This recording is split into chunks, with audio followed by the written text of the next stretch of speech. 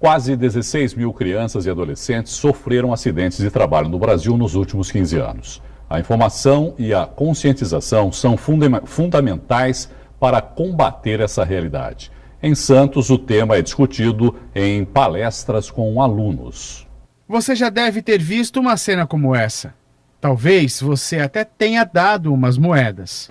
A intenção pode ser boa, mas a ação é errada. Quem dá dinheiro a uma criança no semáforo, esses meninos e meninas que fazem malabarismos ou que vendem balas, mais prejudica do que ajuda. É o que afirma Cristiane Andréa, orientadora educacional. Você ajuda e você incentiva a criança a continuar no semáforo. Não deve ajudar de maneira nenhuma.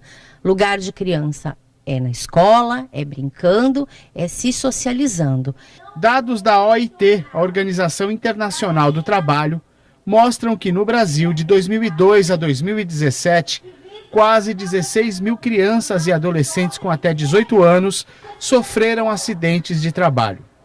Segundo a orientadora, o trabalho infantil impede o desenvolvimento da criança em vários aspectos e pode causar danos irreversíveis. A gente tem os impactos físicos. No caso, a criança pode vir a ter problemas de coluna, a criança pode sofrer amputação, problemas de quebrar pernas, braços, dependendo da atividade que a criança exerça. Os impactos psicológicos, né? A criança já não se desenvolve. A questão da aprendizagem, porque geralmente a criança acaba fugindo da escola, acaba saindo da escola, e aí ela deixa de estudar, deixa de brincar, deixa de se socializar dentro da faixa etária que era devido à sua. Uma arma eficiente no combate ao trabalho infantil é a informação. Alunos da Rede Municipal de Santos participaram de uma conversa sobre o tema. De forma descontraída, eles aprenderam que tudo tem a hora certa, até para trabalhar. Hoje nós temos algumas crianças assim que têm essa conscientização. Então, quanto mais crianças tiverem esse tipo de informação em relação a quais são os seus direitos, quais são os impactos da criança que vai trabalhar fora da faixa etária permitida, eu acredito que menos crianças irão estar vulneráveis. Para falar mais sobre o assunto, o Caderno Regional recebe o secretário de Desenvolvimento Social de Santos, Flávio Jordão. Secretário, boa noite. Obrigado, viu, por participar aqui com a gente. Prazer estar aqui hoje, Lino. Secretário, como a gente viu ali na matéria, não é incomum a gente, no trânsito, se deparar com crianças nos cruzamentos, nos semáforos, né? Ou vendendo bala, vendendo algum tipo de coisa, ou então fazendo esses malabares aí que a gente viu aí. A Prefeitura tem como retirar essas crianças dessa situação e de que maneira? Nós temos uma entidade conveniada com a gente que faz essa abordagem. Eles trabalham todos os dias, das 11 da manhã às 10 da noite.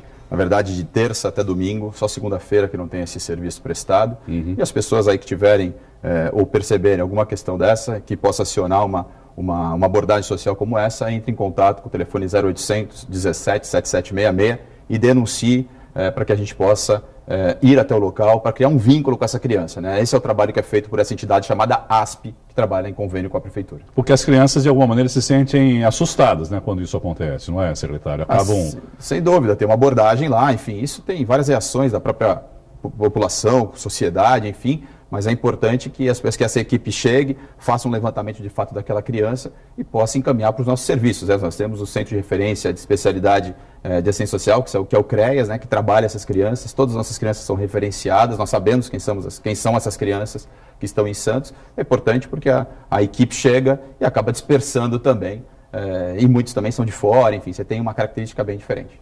É muito difícil convencer as pessoas que é mais prejudicial dar o dinheiro para essas crianças, porque de alguma maneira as pessoas ficam às vezes emotivas, se sensibilizam em relação a isso e acabam de alguma maneira também fechando os olhos, né? Falam assim, bom, eu fiz a minha parte lá, dei o meu dinheiro e ficam de bem consigo mesmos.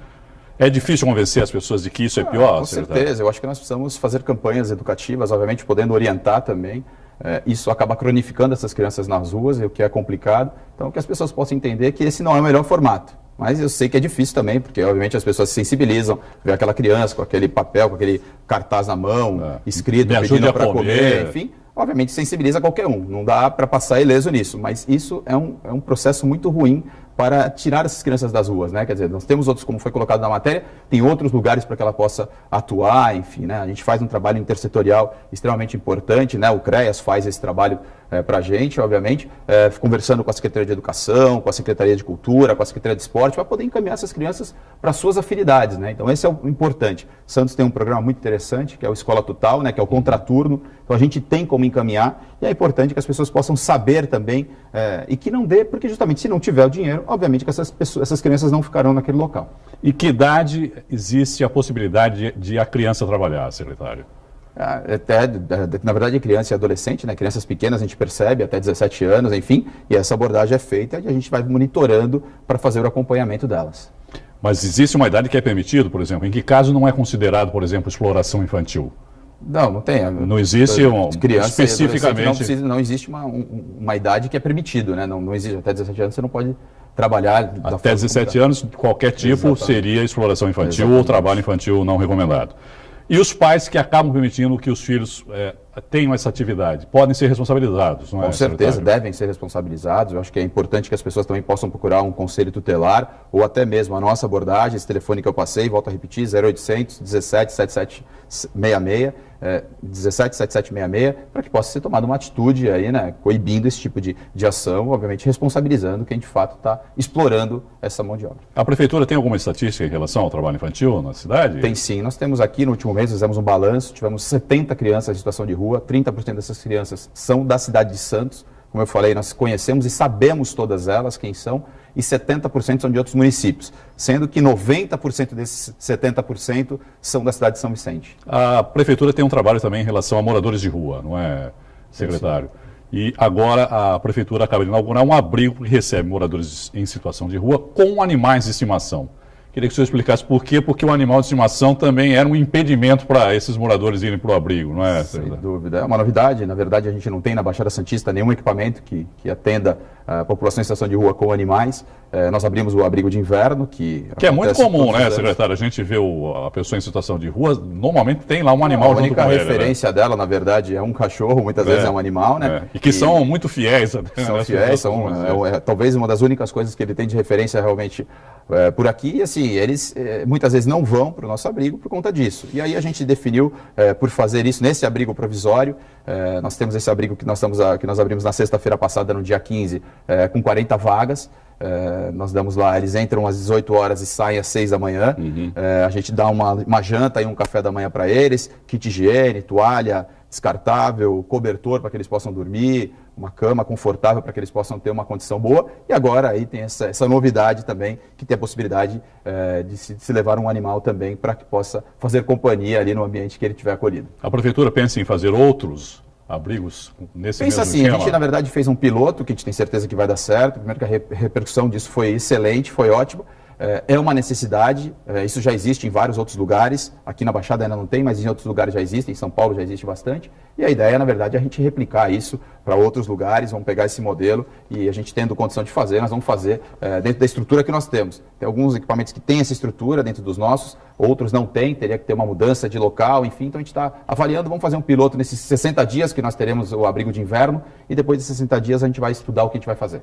A Prefeitura pretende fazer um novo censo em relação a moradores em situação de rua agora? Sim, agora em julho a gente lança um pacote de ações aí com relação à população em situação de rua. Fizemos uma parceria grandiosa com a Unifesp, vamos ter um novo censo, qualificação para os nossos servidores, vai finalizar com uma grande publicação, né, com todo esse retrato. Vai ter nesse censo não só uma pesquisa quantitativa, mas uma pesquisa qualitativa também, que vai aprofundar bastante, que vai trazer muito conteúdo para a gente, para que possa nortear o nosso trabalho. Extremamente importante que seja feito. Nós tivemos o último censo feito em 2013, ele apontou 797 pessoas em situação de rua. Foi uma pesquisa apenas quantitativa, foi uma contagem com algumas informações, né, a quantidade de pessoas em dependência química, egresso do sistema penitenciário, enfim, tinha algumas informações, mas esse é muito mais amplo e nós vamos trabalhar isso com a sociedade. Essa indicava quantos não eram da região, que vieram de fora para cá? Com certeza. Nós tínhamos ali, 42 eram da cidade, nós tínhamos todo o restante de fora da cidade, aí de outros estados também, que é importante dizer, e foi muito, foi informações importantes, mas que hoje podem estar defasadas e a gente precisa atualizar essas informações para nortear o nosso trabalho também, entendendo um pouco mais esse fenômeno. Existe assim, a característica de Santos é uma, então a gente precisa entender um pouco o que acontece aqui na cidade. São quantas equipes de abordagem que trabalham na rua? Nós temos 5 equipes de abordagem, 2 pela manhã, 2 à tarde, 1 à noite. E a gente está aumentando agora, estamos trabalhando no dia 4, nesse pacote de ações nós vamos ter mais 2 equipes. Na verdade, nós vamos ter 3, 2 e 2 à noite. E agora, no frio, no período de frio, no inverno, que está prometendo ser muito rigoroso, a gente vai colocar mais 2 equipes para poder trabalharem à noite. Fizemos ontem, tive uma conversa muito boa com a Cruz Vermelha também, que vai fazer um trabalho de voluntariado com a gente na rua. Eles vão sair para fazer uma busca ativa junto com a gente, para levar essas pessoas para os nossos abrigos. Então vai ser extremamente importante e interessante, além também das roupas que eles também vão oferecer para a população em situação de rua. Esse trabalho, obviamente, é muito importante, né, secretário? Levando esses moradores lá para o abrigo, dando uma condição melhor para cada um deles. Mas é feito também algum tipo de trabalho de reinserção desses... Sim. Nós temos qualificações profissionais, né, obviamente, em várias áreas. Nós temos a CODESO, que é a Coordenadoria de Desenvolvimento Social, que forma mais de 1.000 pessoas por ano, obviamente que não só a população em situação de rua, as pessoas em vulnerabilidade social, mas também a população em situação de rua. Temos várias frentes, né, temos a questão da marcenaria, panificação, corte de cabelo, barbearia, manicure, e essas pessoas são formadas nesse local. E temos também um outro projeto muito interessante, que é o Fênix, que é um programa que, na verdade, tem um critério, tem que ter passado por um abrigo e tem que passar por uma qualificação profissional, e a gente coloca essa pessoa no mercado de trabalho dentro da prefeitura. Ela trabalha, são 30 vagas por semestre, e a gente encaminha essas pessoas para que elas possam fazer esse curso e depois trabalhar dentro dos nossos equipamentos da prefeitura. Então, é uma forma de reinserção. Uma outra questão que vem chamando a atenção agora, nos últimos tempos, não é, secretários, é a dos refugiados. Com a questão da Venezuela, não é? Muitos deles vindo para o Brasil e também para outros países aqui da América do Sul. Aqui na cidade, existe algum acompanhamento nesse sentido de se há a chegada de algum tipo de refugiado na região? A gente tem muito pouco. Na verdade, nós soubemos de 2 casos aqui recentemente, um congolês, né, e um nigeriano, que vieram. Tem uma característica diferente do imigrante, né? Quando eles chegam por um navio, por exemplo, na Polícia Federal. São os casos mais comuns, são os que chegam por navio, né? Por navio, exatamente. Eles se identificam como refugiados. É providenciado documentação para eles que eles fiquem provisoriamente no ano, podendo ficar por mais um ano aqui no país, e muitos deles, obviamente, vão para a rua. E aí a gente, obviamente, conheceu esses 2 casos, e aí ainda é muito pequeno, não tem né, uma quantidade ainda considerável, pelo menos que a gente tem acesso por esse trabalho de abordagem social nas ruas. Secretário Flávio Jordão, muito obrigado pela entrevista e uma boa noite. Eu que agradeço, obrigado, Irineu, uma boa noite a todos. Novo juiz vai analisar a denúncia que investiga se o PT formou organização criminosa para fraudar a Petrobras. Esse é um dos destaques do Brasil em 1 Minuto. A denúncia contra os ex-presidentes Luiz Inácio Lula da Silva e Dilma Rousseff vai ser analisada pelo juiz Valisney de Oliveira, da 10ª Vara da Justiça Federal de Brasília. O caso estava no STF. Foi transferido a pedido do Ministério Público, que vê conexão com outro processo em que Lula é réu. A partir de segunda-feira, 2 novos grupos vão ser incluídos na campanha de vacinação contra a gripe no estado de São Paulo. Poderão ser imunizados adultos entre 50 e 59 anos e crianças com idade entre 5 e 9 anos, além dos grupos prioritários. As inscrições para o programa Universidade para Todos, ProUni, podem ser feitas entre os dias 26 e 29 deste mês. Há 69 mil vagas para bolsas integrais e 105 mil parciais em quase 1.500 instituições de ensino superior particulares. As inscrições podem ser feitas na página do ProUni na internet.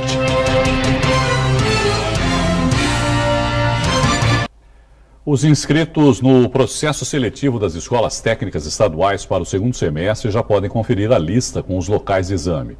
A relação está no site vestibulinhoetec.com.br e nas unidades onde o candidato pretende estudar. Há 2.240 vagas na Baixada Santista.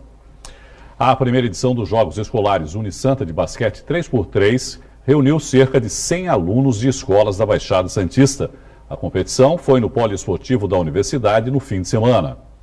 A modalidade nasceu nos Estados Unidos e já é considerado o esporte urbano número 1 do planeta. Quadra dividida e 2 jogos rolando simultaneamente. Para entrar no clima das ruas, o som do hip hop. Intervalo de cada disputa, parada dos 3 pontos e arremesso para agitar a galera. Com 2 metros de altura, o Gabriel, que já é um jogador profissional, ganhou nota 10 dos jurados. Isso porque ele estava machucado, hein? Vim de uma pequena lesão ontem, né? Uma torção no tornozelo. E hoje meu técnico conversou comigo, pedi para Deus me ajudar e deu tudo certo, né? Então é muito gratificante. Vem de muito treino, primeiro uma brincadeirinha aqui, ali, pula ali, deu certo, né? No basquete 3x3, as regras são bem diferentes do esporte tradicional. Na quadra, 3 jogadores disputam por 17 minutos. Mas para o torneio, o tempo das partidas foi reduzido para 10 minutos. O jogo terminava quando uma das equipes marcava 21 pontos. E a bola de 3 vale 2 pontos e a bola de 1 vale 1 ponto. Isso torna o esporte extremamente rápido e acíclico. É um esporte novo, um esporte que estará nas Olimpíadas de Tóquio em 2020, que nós tivemos a iniciativa, né, de começar o primeiro Jogos Escolares Unisanta com essa modalidade. Está sendo um sucesso, né? Os adolescentes adoram basquete, são regras complexas, mas eu acredito que logo eles já estão se inteirando. Participar de uma competição inédita foi uma oportunidade para jovens como o Lucas, que tem 16 anos e sonha em jogar profissionalmente. Lógico, ajuda bastante.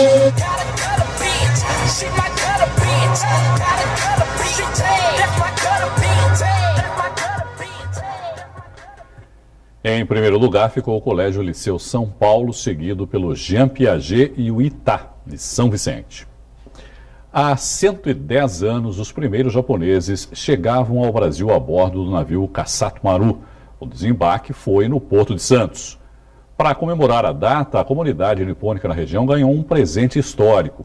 O casarão da Vila Matias, que pertencia à Associação Japonesa e estava em posse do governo federal. 1 minuto de silêncio em memória aos antepassados. E os hinos do Japão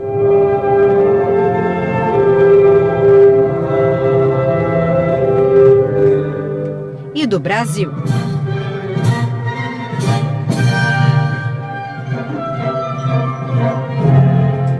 Após os discursos das autoridades presentes, veio o tão esperado momento. A assinatura que transfere a posse do terreno da União para a Associação Japonesa de Santos.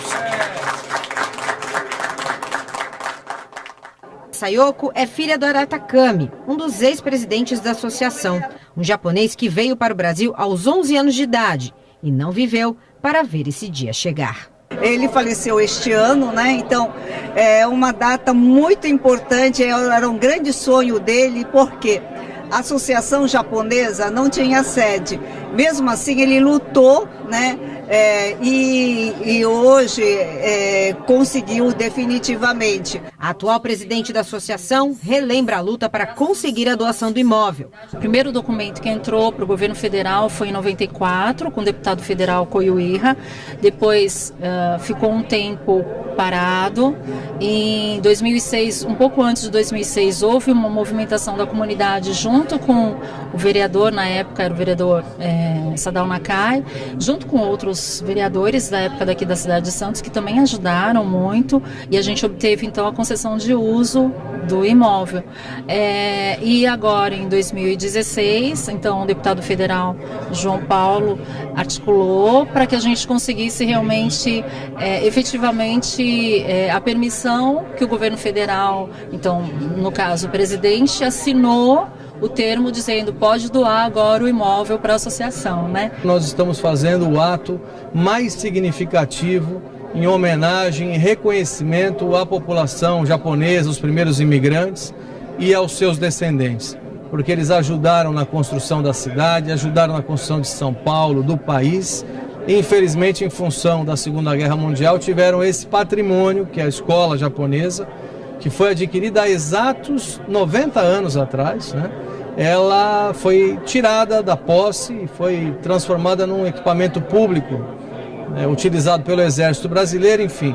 Mas a guerra acabou em 45, e veja quantos anos de luta para que a comunidade japonesa tivesse de volta aquilo que eu considero um patrimônio material, físico, que não tem nem como mensurar o seu valor. Quando o casarão foi tomado pelo governo brasileiro durante a Segunda Guerra Mundial, o Japão era visto como um país inimigo e muitos japoneses tiveram que deixar a cidade e sofreram retaliação.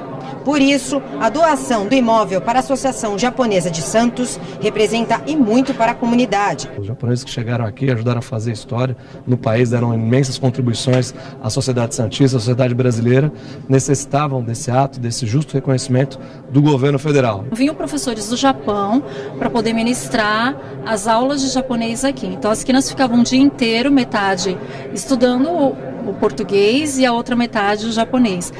É um pouco diferente hoje, porque a gente está com foco principalmente a cultura, então a gente tem o idioma japonês aqui, né, sendo ensinado atualmente, mas a gente também tem aula de origami, que é a dobradura, a gente tem de ikebana, que é o arranjo floral, a gente tem aulas de dança, a gente tem karaokê, então tudo que faz parte da cultura japonesa a gente também continua fazendo, né? De posse do casarão, a associação já tem planos de novos projetos para continuar ensinando a cultura japonesa e estreitando laços com os brasileiros. Abrir uma biblioteca realmente aberta, um museu aberto ao público, para que todos possam, pesquisadores, estudantes que queiram conhecer um pouco mais profundamente a história da associação e até da cultura japonesa, possam utilizar-se desses materiais, né?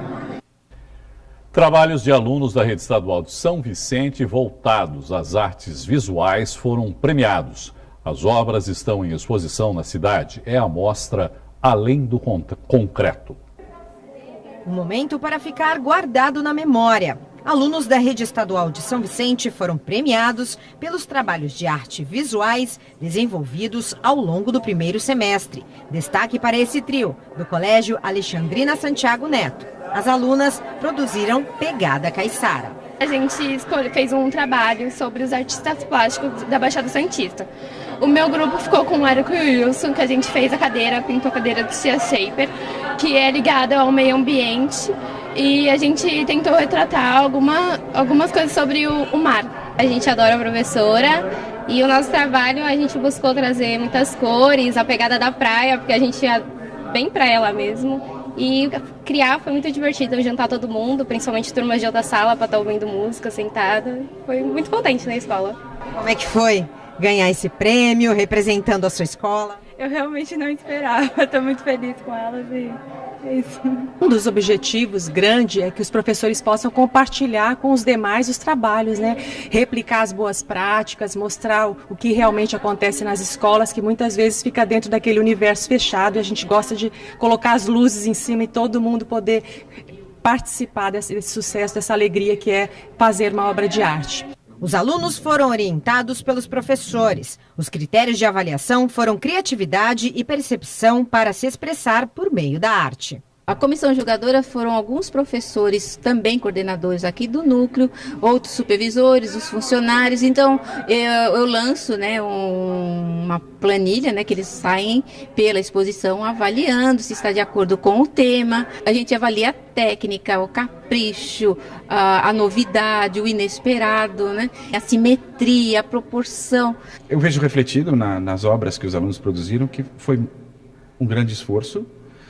Muito do que eles sabem foi posto em prática e pudemos ver uma diversidade gigante, tanto de obras táteis quanto obras absolutamente efêmeras, enfim, que provocam o apreciador, como aquela obra onde existe um espelho engaiolado que questiona a sua própria existência enquanto você é de verdade ou não. As 220 obras de alunos de 17 escolas ficarão expostas nos 4 andares daqui da diretoria até o dia 2 de setembro, no endereço Rua João Ramalho, número 378, no centro de São Vicente.